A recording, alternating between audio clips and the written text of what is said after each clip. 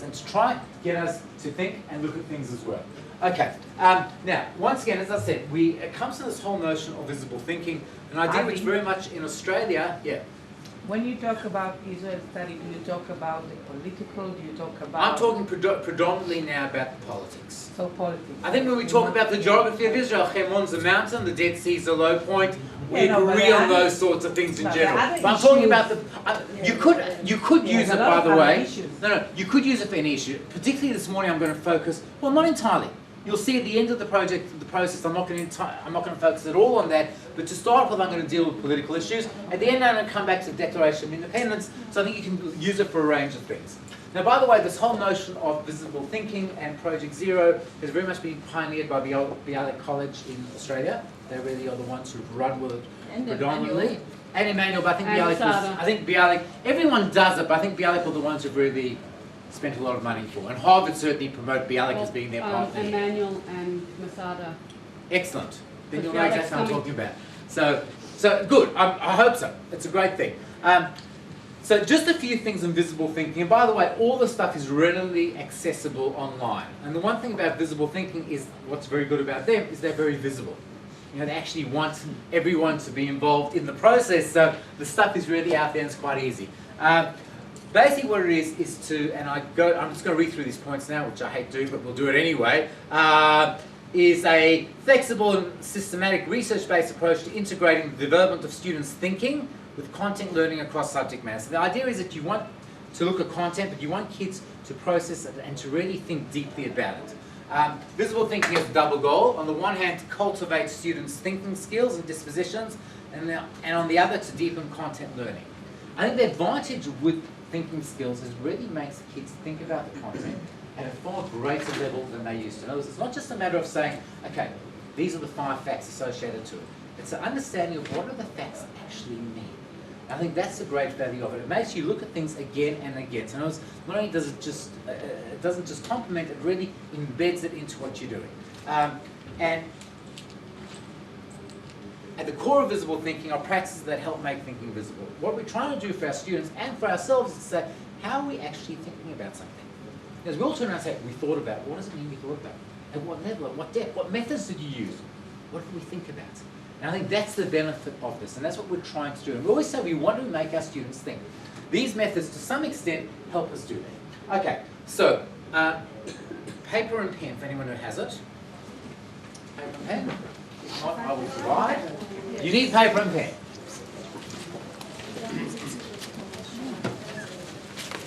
Has everyone got? Could be anything you like. I don't care. If you got one of these beautiful things from the Zionist Federation, now's the time to use it. If not, I have a box of texts. And there's always a benefit of working in a primary classroom.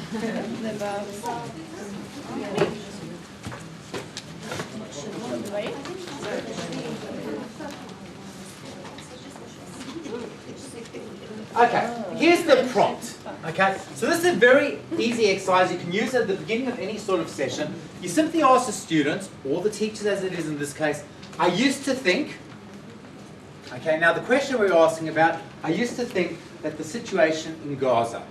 Write down 3 points. Any 3 points that come to mind.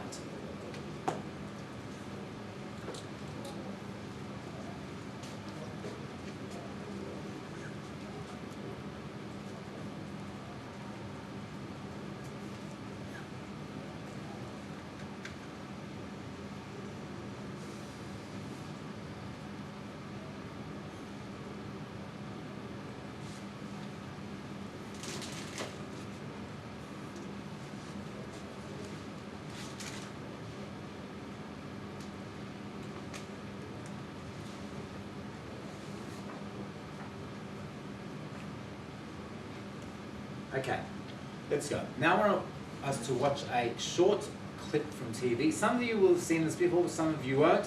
Let's see if this at all impacts what you do or don't think. Okay, the whole idea is what we're trying to do for our students is to assess firstly, what do they think about a situation, and then is that thinking affected by other things they might see or not see. So let's just look at this clip.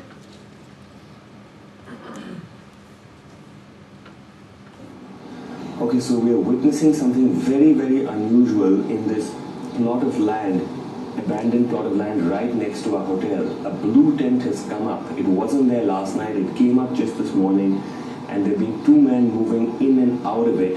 Now, by reasonable doubt, it's fair to guess that this is a potential Hamas rocket launching site that's being set up.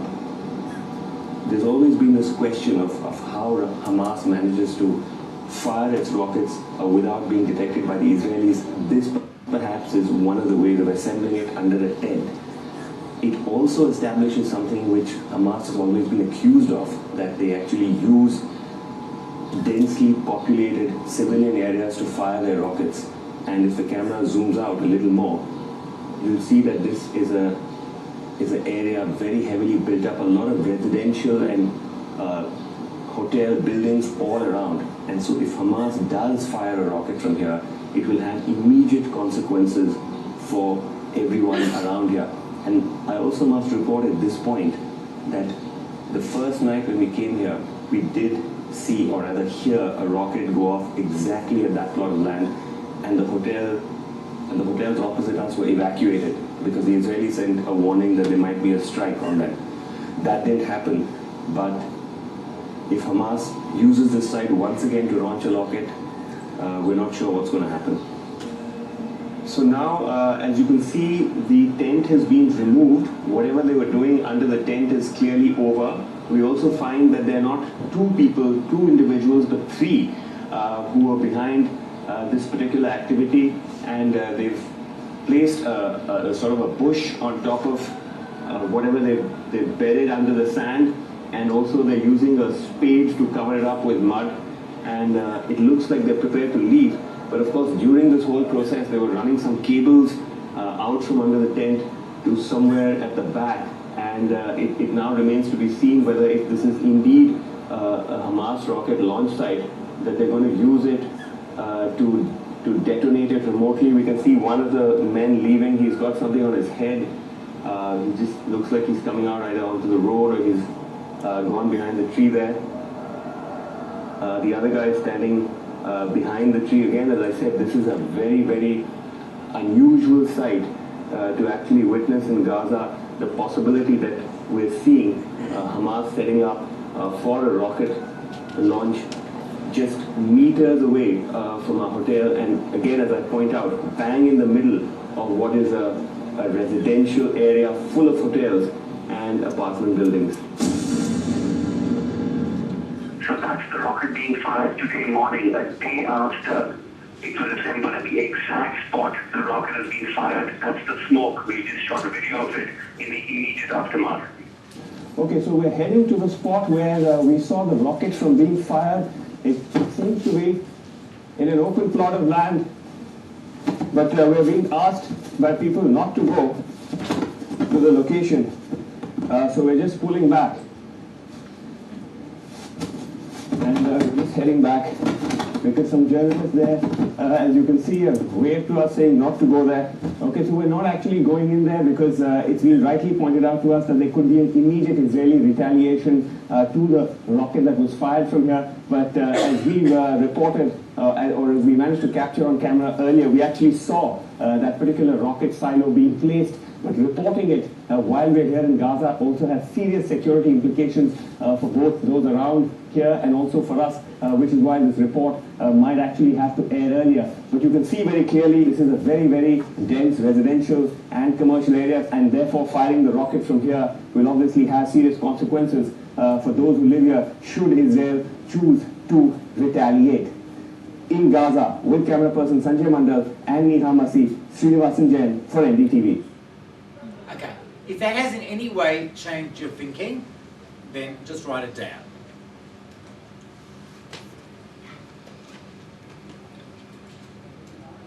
Okay.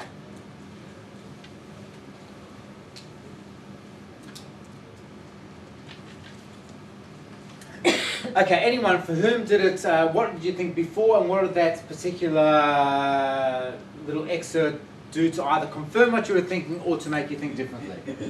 Anyone want to share? Yeah. So I used to think that the media reported Israel and the situation in Gaza from a biased point of view in terms of depicting Israel as,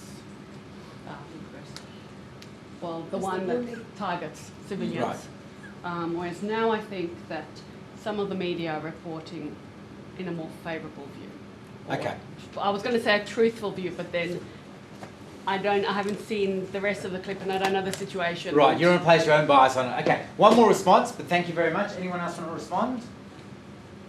Okay, you don't have to. We'll jump onto it. What's interesting, though, when we talk about media bias, we often get concerned about the 150,000 people who read The Age on the morning.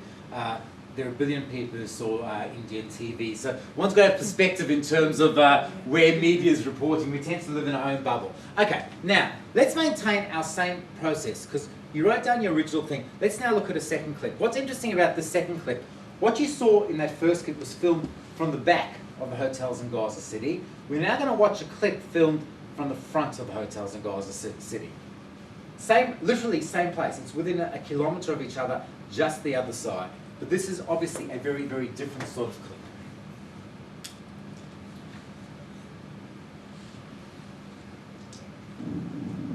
They had been playing near a shack on the beach, and now the four cousins, 11-year-old Mohammed, 10-year-old Ahad, 10-year-old Zakaria, and 9-year-old Ismail, are dead. My back is broken, he cries, the raw agony of a father.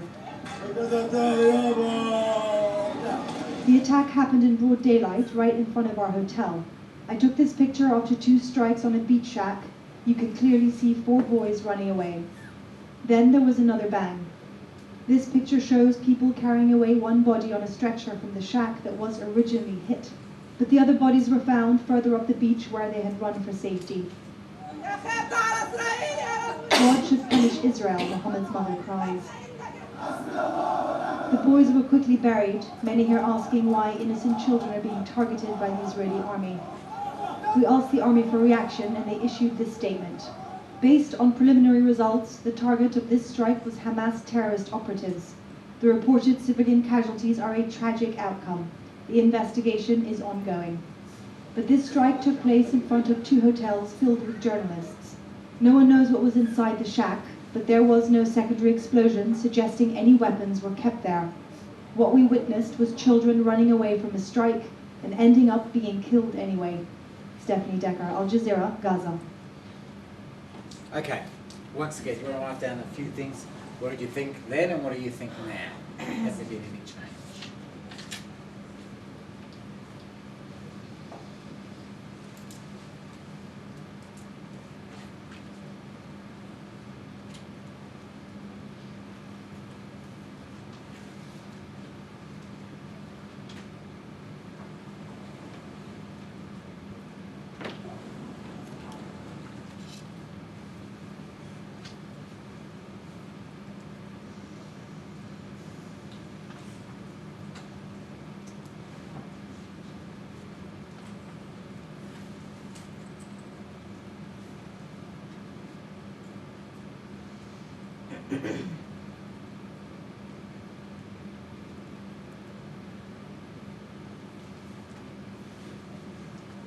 Okay.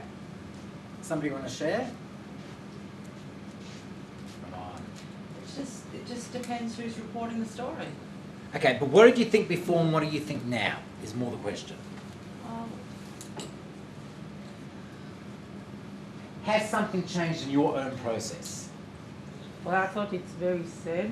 I thought there's no solution, and I thought it's quite disturbing, and both video didn't change my mind. Didn't change your mind?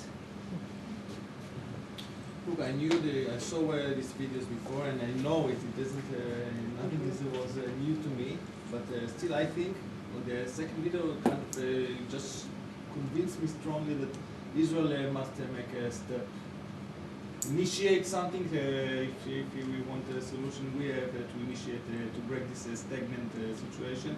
It's just going to deteriorate when the time passes. Okay. I think this second video. Okay. So that's changing your thought process. Anyone else want to?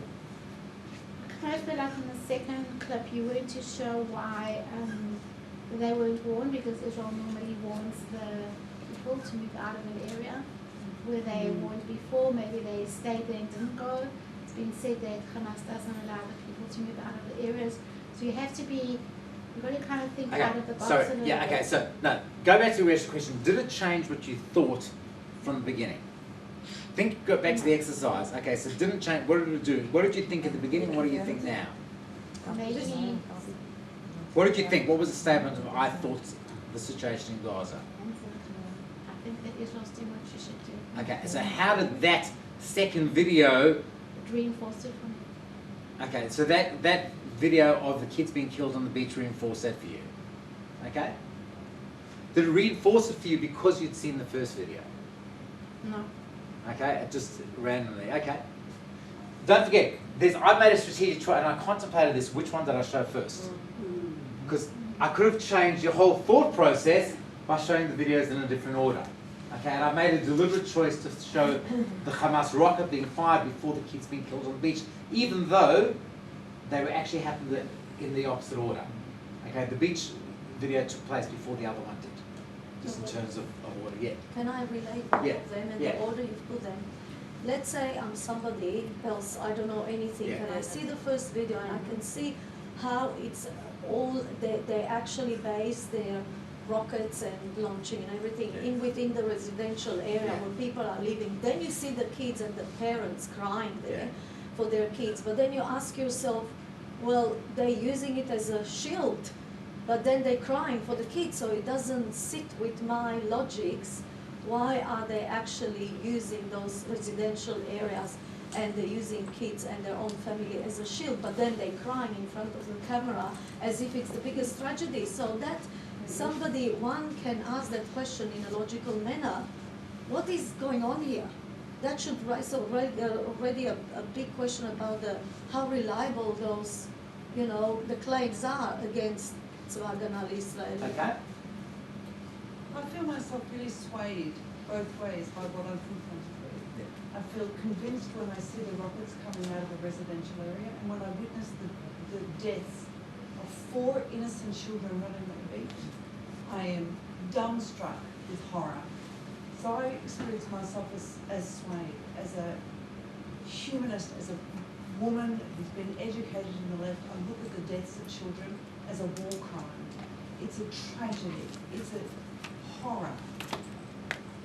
And as an Israeli, I know why we're fighting, but I find myself deeply influenced by the visual. We can't rationalise that away. That you can't compartmentalise the deaths of 4 children. That's horrendous. Okay. But Thanks, you Helen. don't see the other side.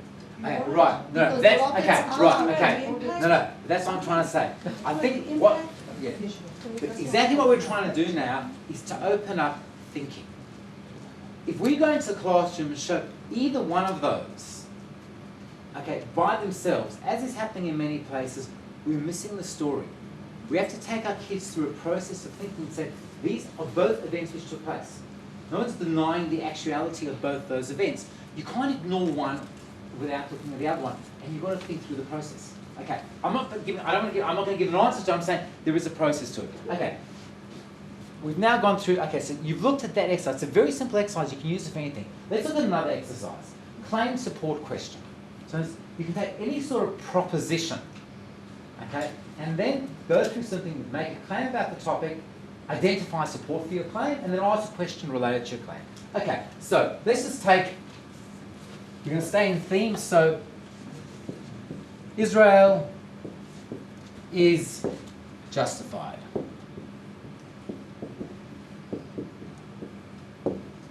Or, that's one, or 2,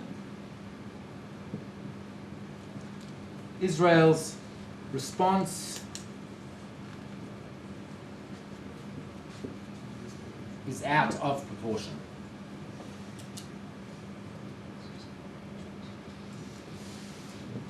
Okay, choose either one of them, because once again, I don't want to spend hours on this. Choose either one of them and try to run through with those 3 specific things. You can simply use the videos which you've seen to support either case. Okay, but once again, go through the process. Okay, make a claim, which I've made for you, then try identify support for your claim from things you've seen, things you know, and then ask a question related to it. What would somebody else ask you about that claim?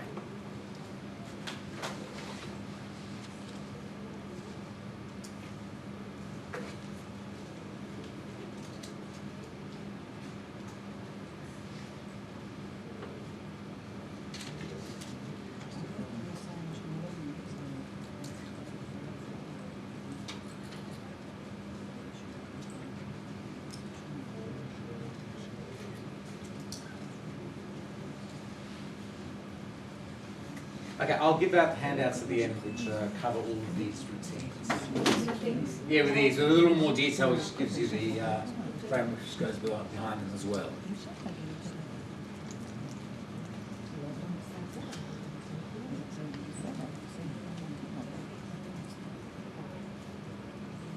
Okay, anyone want to take us through their process? Just quickly. If you took any one of these claims? Okay. I feel Israel is justified, and my explanation is that they're actually not going to stop until we're dealing with terrorists who are willing to destroy Israel at all costs, even to their children and their civilians. Okay, based on what? On what? Well, because according to the one media presentation, they said that Israel always warns that they're going to do it, and they told the hotels to evacuate. And then yet these kids are on the beach running around and right near the hotel. So there is a contradiction there in that what they're telling, Israel's giving warnings, and this has been a consistent theme I've found here as well during this conference, is that Israel's constantly giving warnings, and yet why are the children on the streets?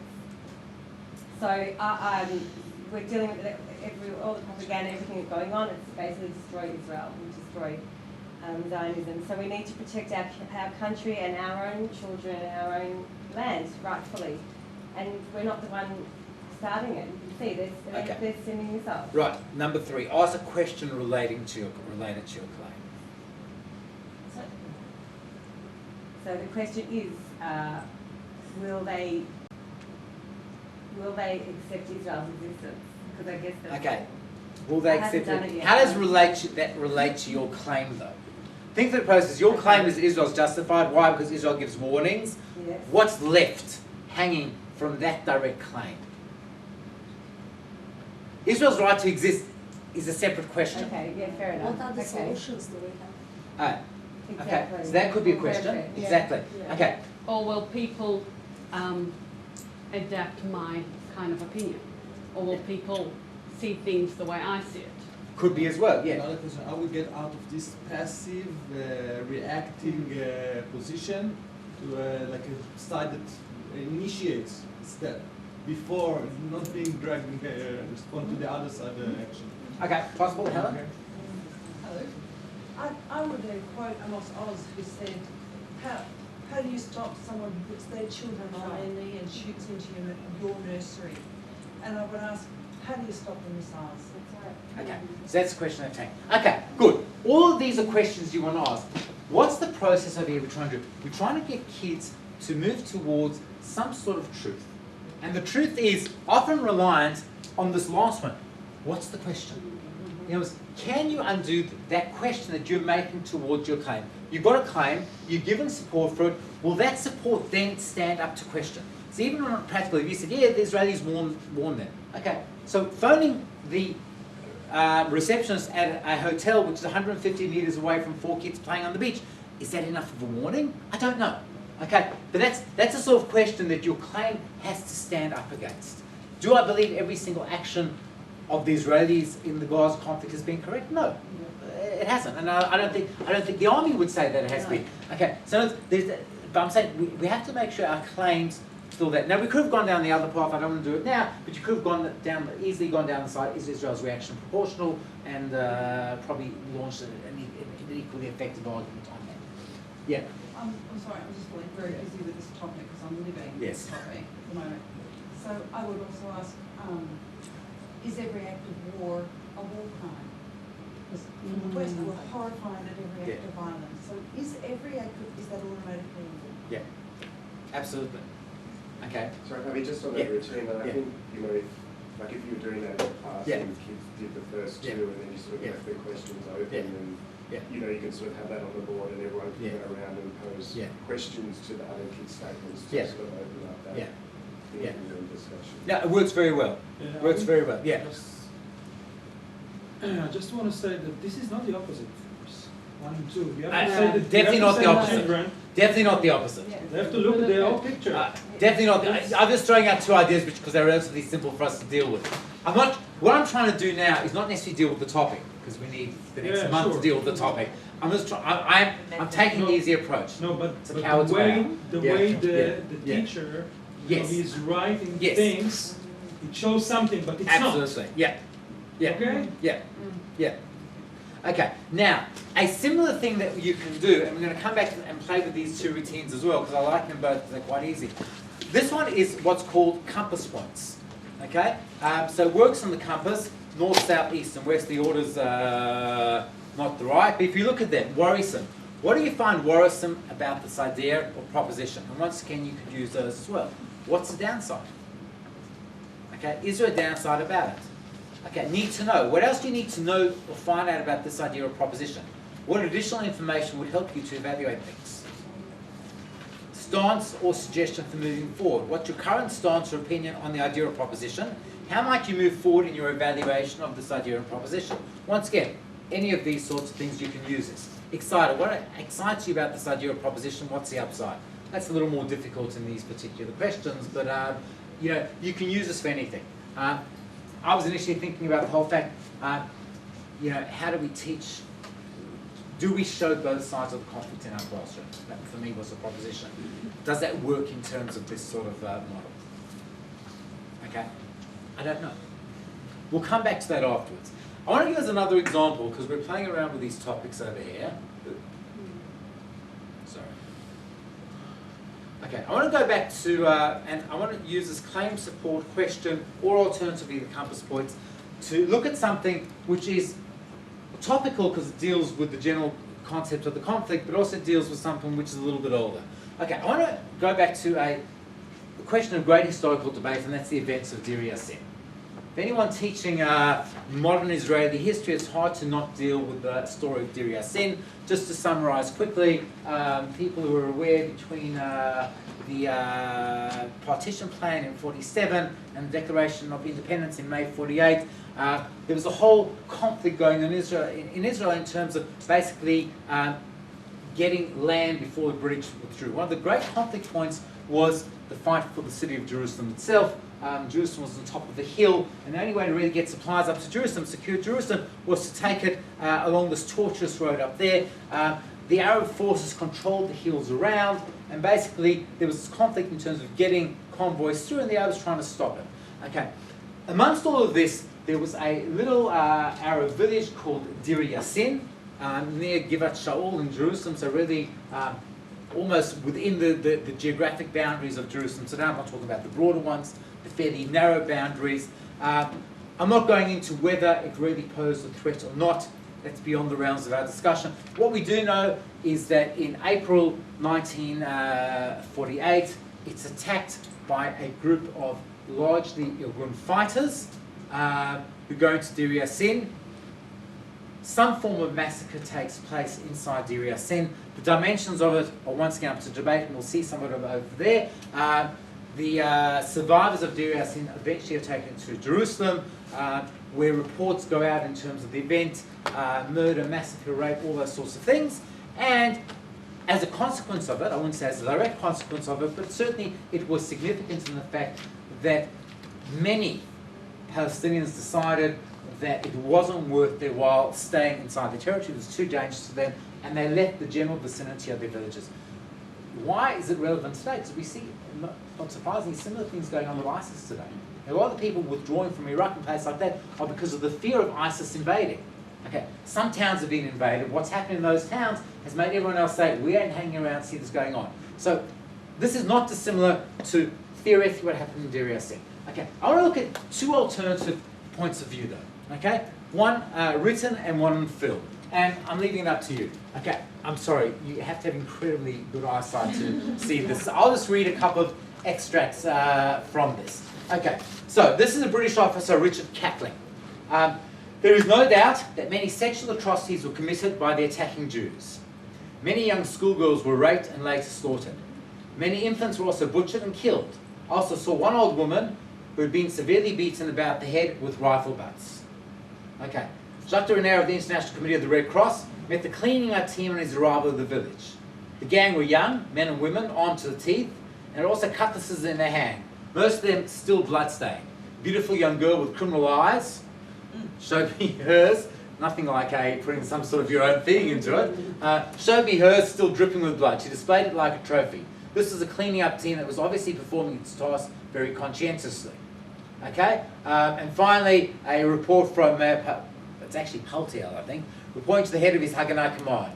It was noon when the battle happened. Things had become quiet, but the village had not surrendered. The Etzel and Nechi irregulars started cleaning up operations. They fired with all the arms that they had and threw explosives into the house. They also shot everyone they saw. The commanders made no attempt to check the slaughter, and a number of inhabitants begged the commander to give orders to stop shooting. But our efforts were unsuccessful. Some 25 men had been brought out of the houses. They were loaded into a truck and led in a victory parade through Jerusalem, taken to a quarry and shot. The fighters put the women and children who were still alive in a truck and took them to the Mandelbaum gate.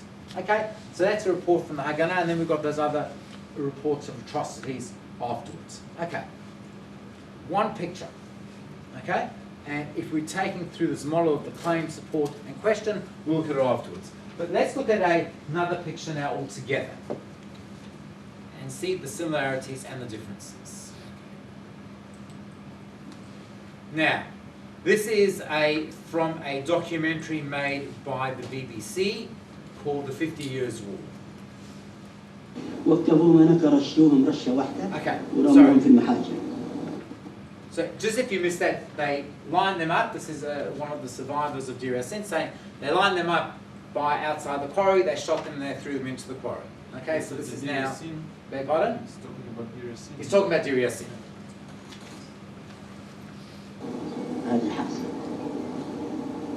Can everyone read it?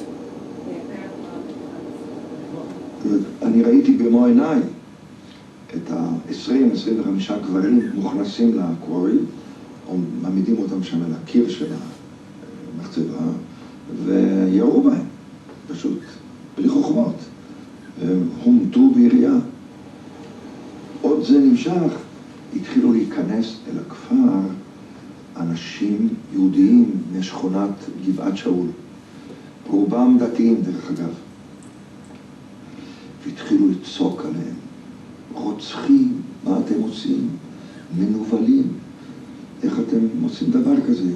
קצת בעברית, קצת ביידיש, כל הזמן, וזה מה שהפסיק את הטבח.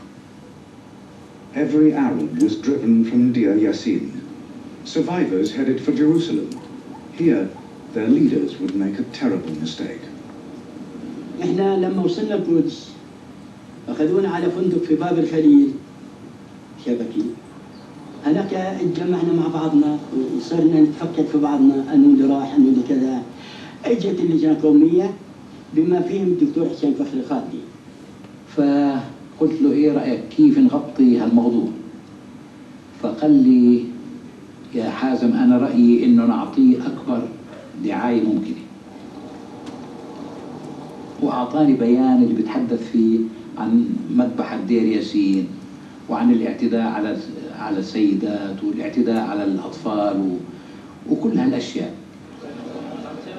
Arab radio stations put out wildly exaggerated reports of what happened at Deir Yassin, ignoring the protests of the witnesses. الذبح او تضعية حبالة هذه ما حصل. قال لا بدنا تقولوا هذا مشان نخلي 7 جيوش عربية تكون تحرر فلسطين من اليوم. وهذا بعتبره أكبر خطأ فادح ارتكبناه سنة 48. ما كنا ظاهر نفهم عقلية شعبنا، عقلية الشعب الفلسطيني. فما أن سمع الشعب الفلسطيني باللي حصل بدير ياسين واعتداء على الأعراض وعلى هالشيء إلا ما شفنا إلا بدأ يرحل من كل هالقرى اللي كان موجود فيها.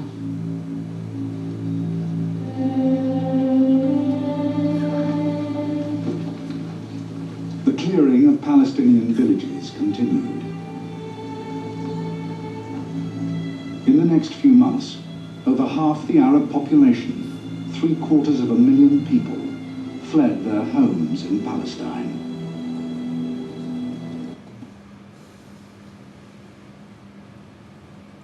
Okay, so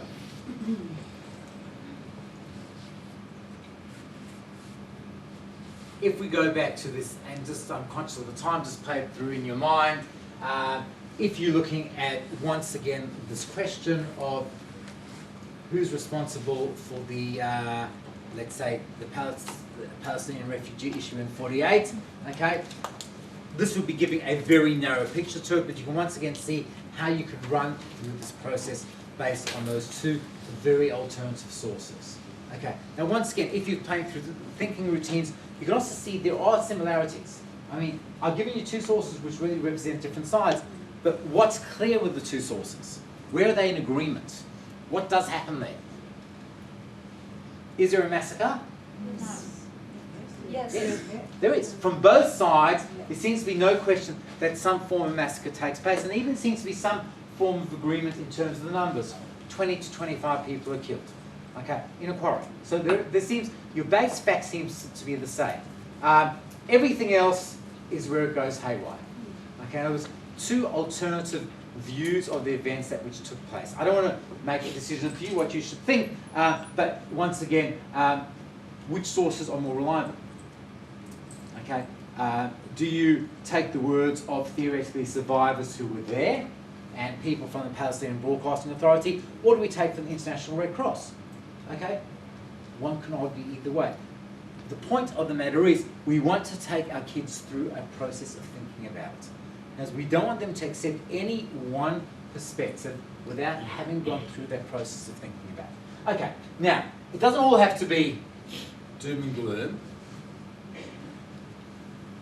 although it can easily be. Okay, one of the nicer things to do when we're thinking about thinking routines is this one called colour, symbol and image. Okay, so in other words, the idea is to take certain ideas and distill them non-verbally. Now let's try to put non-verbal ways of distilling certain points we come to. And we often have associations of smell, of colour, of place with certain things which take place. It doesn't just have to be in the written language. Okay, so what I want to do is, I'm just looking at the time. Okay, we'll do the second one before the first one, in fact. Okay, so as you're reading, listening or watching something, okay, make note of things that you find interesting, important or insightful. Okay, so now do you want to find what are the main things that you take out of this thing? Now for one of them, choose a colour that represents it, the essence of the idea. For another thing, choose a symbol that you feel best represents or captures the essence of that idea. And for the other, choose an image. So you want a colour, a symbol, an image, which represents an essence of the idea that you're about to see. Okay? Now, what's nice about this, that once you're done, you can share it with a partner or whatever. Okay, we'll try and do two of them, but we'll do the second one first. I've chosen the Hatikva. Hatikva. Okay, and just so we're looking at so we can listen along with it, I found Barbara Streisand to sing it for us.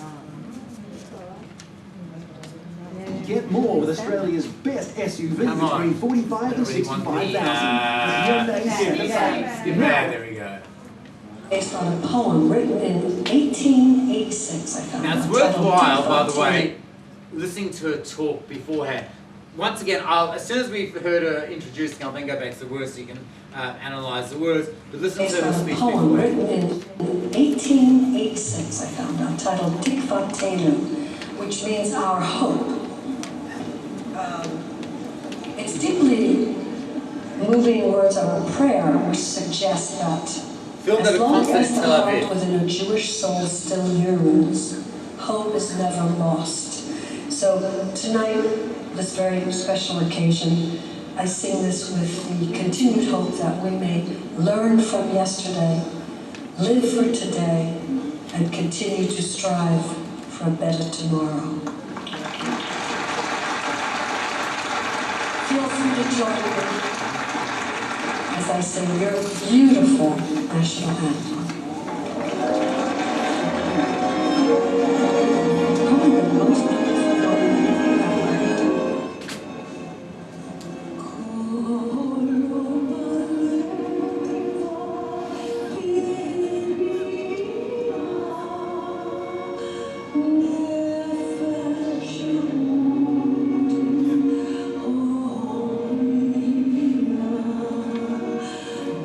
Father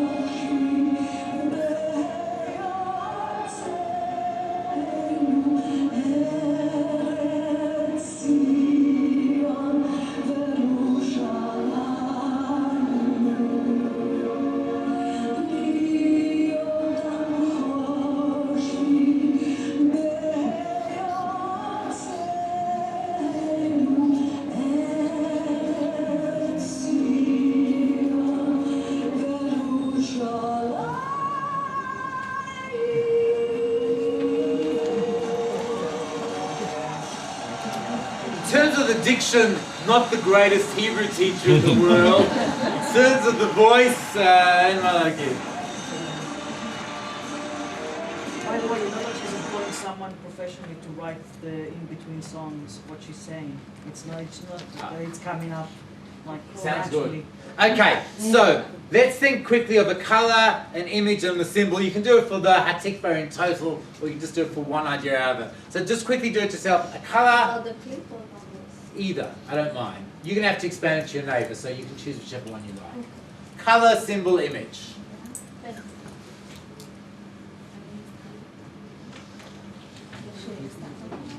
Can we already discuss that? Or?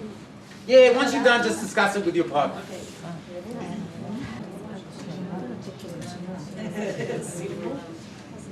Okay, Sunny and Shachar, give us one colour. Actually, we had a debate about the color. Okay, so give us whatever Sunny's colour was, we'll have. My color was yellow because I chose yellow because tikva for me is sun. It's sun gives life, and there's a hope that something will rise out of grey clouds. So for me, yellow was the tikva. Okay, calm symbol. Okay, image. Anyone want to give us an image? Yeah. I had people walking towards freedom and light, like walking to a tunnel of light. Okay, beautiful. Thank you. Okay, the one good thing about this routine, and we're going to finish this, it forces students to think a little bit out of the square. They've got to make that step. The step from, I've heard an idea, I've listened to an idea, I've seen an idea. Okay, how is that represented? You can think of that thinking process which is going through. It's a relatively simple process, but it's there. Okay, what I'm trying to do this morning quite briefly is enable us to look at a couple of very topical issues in terms of what's going on politically, and to give you some ideas in terms of thinking routines of how to deal with them. I've also then gone back and said, historically we can look at, it doesn't have to be NOAA, we can look at our Tikva, we can look at the Declaration of Independence, and once again deal with it in terms of thinking routines. As a simple element, all the thinking routines come from the Project Zero of Harvard University. It's all available online. However, the 4 thinking routines that we've done today, I have photocopied them for you with some basis for it. So please feel free to take them. Once again, if you think they're good ideas, you have to employ them in your classroom in the next 2 weeks, or else they are lost. Okay? Do at least one of them in the next 2 weeks, or else they're gone forever. Thank you very much.